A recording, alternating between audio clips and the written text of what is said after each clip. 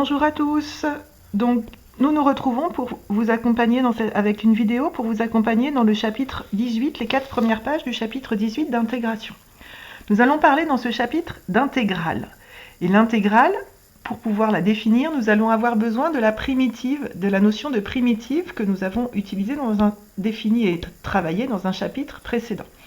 Donc, j'ai fait quelques rappels sur la notion de primitive. On appelait primitive d'une fonction petit f, toute fonction grand F, qui vérifiait que sa dérivée, grand F', était égale à la fonction petit f qu'on s'est donnée au départ. Cette notion a été travaillée, il faudra la revoir si vous pensez que vous avez besoin pour retrouver les formules de calcul.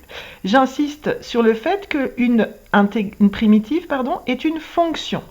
Et la notion d'intégrale que nous allons définir dans ce chapitre ne va pas être une fonction, mais va être un nombre.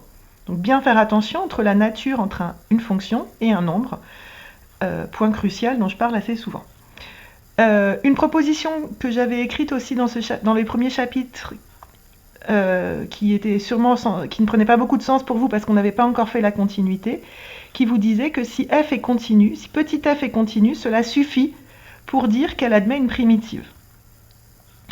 C'est le côté théorique. Si on vous demande de justifier la notion d'existence d'une primitive, il suffit de dire que la fonction petit f dont vous cherchez une primitive est continue. C'est une condition suffisante et pas nécessaire, comme on va le voir dans la suite du chapitre.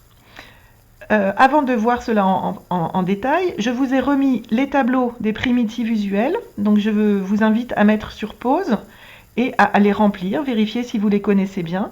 Et si vous ne les connaissez pas bien, allez vous reporter au chapitre précédent. Je signale juste que les deux dernières lignes du tableau sont facultatives parce que ce sont les primitives de la fonction tangente. Vous devez avoir un petit peu l'habitude de l'utiliser, mais ce n'est pas forcément une fonction usuelle. Donc, je vous laisse aller remplir ce tableau. Et je continue. Donc à partir de cette notion de primitive, nous allons définir ce que c'est qu'une intégrale. L'intégrale d'une fonction sur un segment. Je précise que la notion de segment, c'est juste un intervalle qu'on écrit AB comme ça, fermé en A et fermé en B. C'est un côté important théorique, mais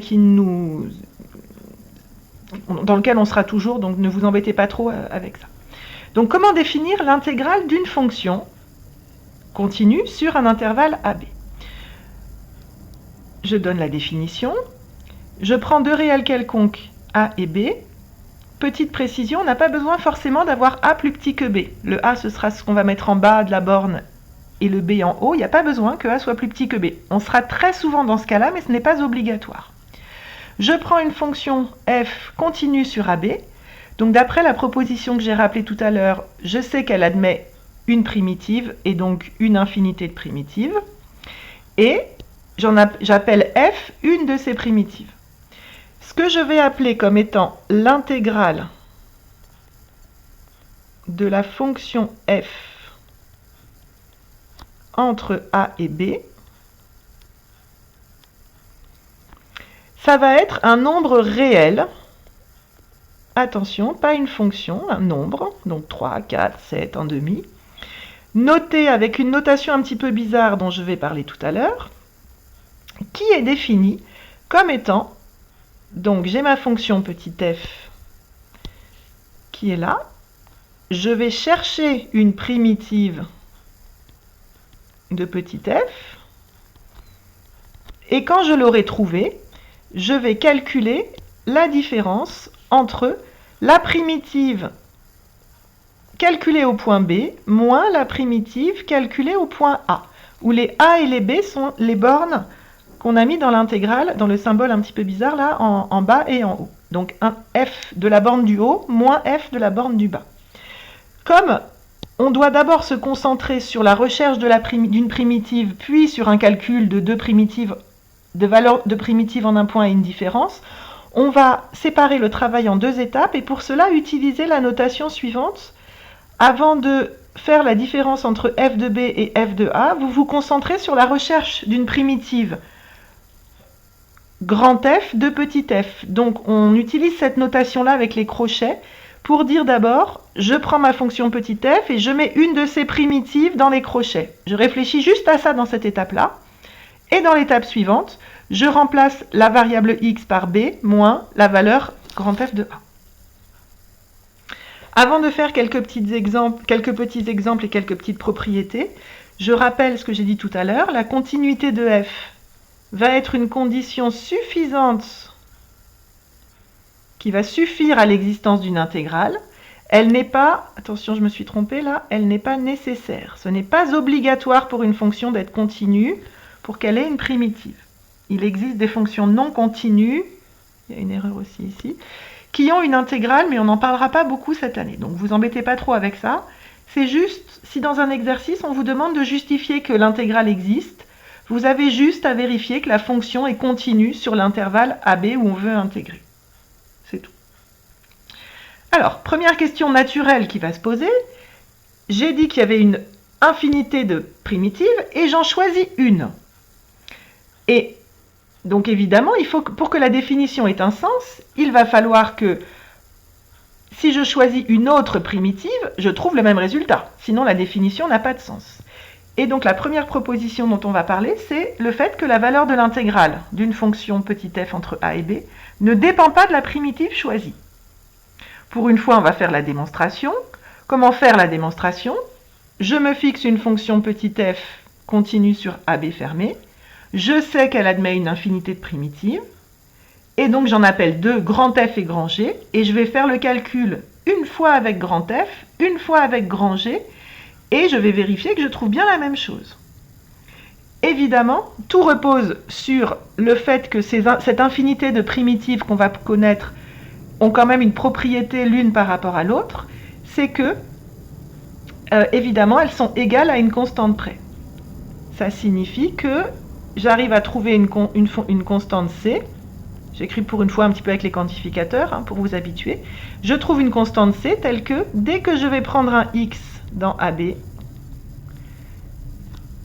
G de x sera égal à f de x plus c, plus une constante. C'est cette propriété, évidemment, que je vais utiliser pour montrer ma proposition. Je commence par calculer l'intégrale de f entre a et b de deux manières différentes.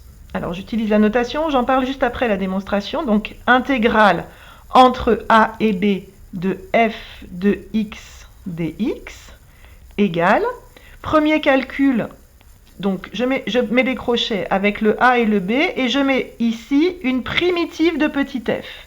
Je commence avec, par exemple, la primitive grand F. Donc je mets grand F de x, ici, et ensuite je calcule grand F de b moins grand F de a. Voilà mon calcul, je ne peux pas aller plus loin, je ne connais pas grand F, je ne connais pas grand G, etc. Je refais ce calcul en utilisant comme primitive, cette fois-ci, grand G. Donc, je réécris l'intégrale entre a et b de f de x dx. Je vais parler de ce petit dx juste après. Égale, je prends cette fois-ci comme primitive grand G entre a et b. Ça va faire grand G de b moins grand G de a. Et maintenant, je vais utiliser la propriété, le lien qu'il y a entre justement grand F et grand G, qui est cette propriété ici. J'ai mis du jaune. Hop, je mets une petite étoile jaune ici, voilà. Cette propriété-là, qui me dit que grand G de B, c'est grand F de B plus C, moins, parenthèse, attention, grand G de A, c'est grand F de A plus C. C'est-à-dire, j'enlève les parenthèses, je m'occupe du signe moins, et on trouve grand F de B plus C moins grand F de A moins C. Les C vont s'éliminer, et je trouve bien la même valeur pour les intégrales. Avec un choix ou avec un autre choix, je trouve la même chose. Donc, quelle que soit l'intégrale, la primitive que j'ai choisie, j'ai trouvé la même intégrale. On peut donc conclure que l'intégrale ne dépend pas du choix de la primitive. Pas du choix